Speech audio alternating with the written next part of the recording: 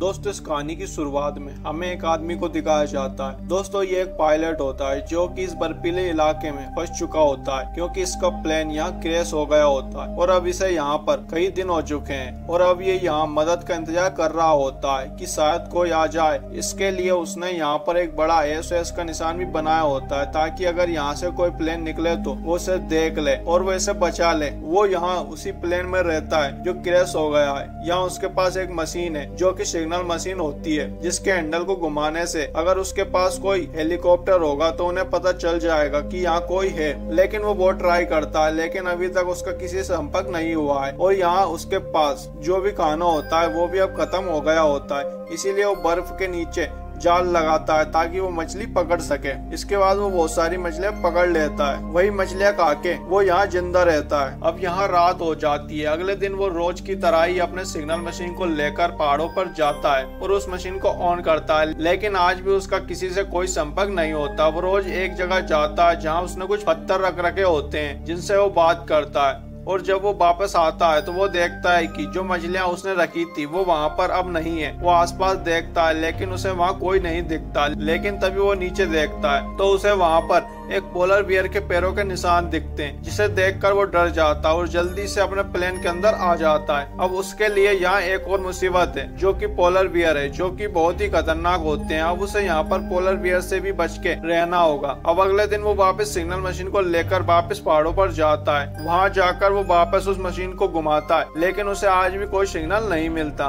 उसके बाद वो वहाँ से पहाड़ों को देखने लगता है। वहीं उसे वो पोलर बियर भी दिख जाता है लेकिन वो उससे काफी दूरी पर होता है। पोलर बियर भी इसे देख लेता है लेकिन वो इसकी तरफ नहीं आता बल्कि दूसरी तरफ जाने लगता है। अब वो इसी तरह से रोज पहाड़ों पर जाता है और उस मशीन के हैंडल को घुमाता है लेकिन उसका सिग्नल किसी को भी नहीं मिला होता जिससे उसको बहुत बुरा लगता है। अगले दिन फिर से वो सिग्नल भेजता है और इस बार मशीन में ग्रीन लाइट जल जाती है जिससे वो समझ जाता है कि जरूर आसपास उसका सिग्नल किसी ने रिसीव कर लिया है। वो अपने आसपास देखने लगता है। तभी उसे एक हेलीकॉप्टर नजर आता है। वो उसे आवाज देने लगता है। इसके बाद वो एक फ्लेयर जैसा कुछ जलाता है जिससे हेलीकॉप्टर में बैठे लोग उसे देख लेते हैं और वो इसकी तरफ आने लगते हैं। लेकिन यहाँ अचानक से मौसम खराब हो जाता है और यहाँ तूफान आ जाता है जिससे हेलीकॉप्टर तूफान में फंस जाता है और क्रैश हो जाता है। वो भागकर हेलीकॉप्टर के पास जाता है। वो देखता है कि पायलट मर चुका होता है लेकिन वो यहाँ पर एक लड़की को भी देखता है जो बहुत बुरी तरीके से घायल हो चुकी होती है। इसके बाद वो हेलीकॉप्टर के दरवाजे को तोड़कर उसके ऊपर उस लड़की को लेटा देता है जिसके बाद वो उसे खींचते हुए अपने प्लेन तक ले आता है। वो देखता है कि उसके पेट में एक बहुत बड़ा कट लगा होता है जिसके बाद वो उसकी स्ट्रेचेस करता है। जिसके बाद उसे होश आता है। वो कुछ बोल रही होती है लेकिन उसे उसकी भाषा समझ नहीं आ रही होती है। तभी वो पायलट के बारे में पूछती है तो वो कहता है कि पायलट मर चुका होता है। इसके बाद वो दोबारा से बेहोश हो जाती है। इसके बाद वो वापस से उस हेलीकॉप्टर के पास जाता है लेकिन जाने से पहले वो उस लड़की के लिए एक नोट छोड़ देता है जिसमें लिखा होता है कि मैं जल्दी वापस आ जाऊंगा। यहाँ पायलट की डेड बॉडी है। यहाँ वो पायलट की डेड बॉडी को दफना देता है और उसके ऊपर पत्थर रख देता है। जिसके बाद वो हेलीकॉप्टर को चेक करने लगता है जहाँ पर उसे इस जगह का एक मैप मिलता है जिससे वो यहाँ से निकल सकता है और उसे कुछ नूडल्स और एक गैस चूल्हा मिलता है। यहाँ उसे एक फोटो भी मिलती है। उस फोटो को देखकर वो समझ जाता है कि वो लड़की और पायलट दोनों हस्बैंड वाइफ थे। जिसके बाद यहाँ पे जितना भी जरूरी सामान था वो सारा सामान लेकर अपने प्लेन में आ जाता है। अब उसे यहाँ प्लेन में कुछ और दिन हो जाते हैं। तभी अचानक से बाहर आवाज आती है। जब वो बाहर चेक करने जाता है तो वो देखता है कि जो उसने जाल लगाया था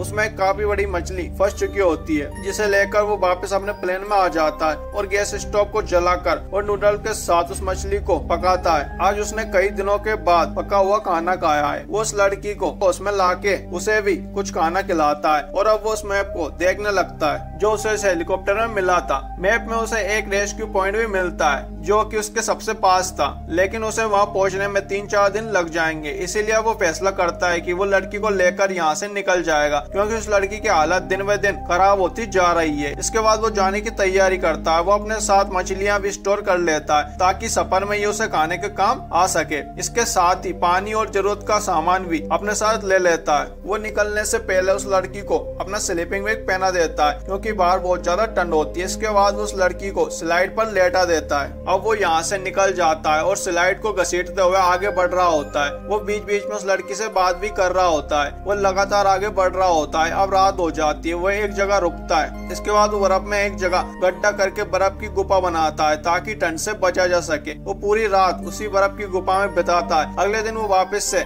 आगे बढ़ने लगता है। ठंड यहाँ काफी ज्यादा होती है और वो भी अब काफी ज्यादा थक चुका होता है, लेकिन वो हार नहीं मानता और लगातार आगे बढ़ता रहता है। तभी उसके सामने एक बहुत बड़ी पहाड़ी आ जाती है जिसके ऊपर चढ़ना आसान नहीं होता। इसके बाद वो मैप चेक करता है और वो देखता है कि मैप में उसके रास्ते में कोई पहाड़ी नहीं है, लेकिन वो तय करता है कि वो यहीं से आगे बढ़ेगा। इसीलिए सबसे पहले वो अपने सामान को ऊपर ले जाता है। इसके बाद वो रस्सी के सहारे उस लड़की की स्लाइड को खींचना शुरू कर देता है, लेकिन बार बार कोशिश करने के बाद भी वो उसे ऊपर नहीं खींच पा रहा होता है।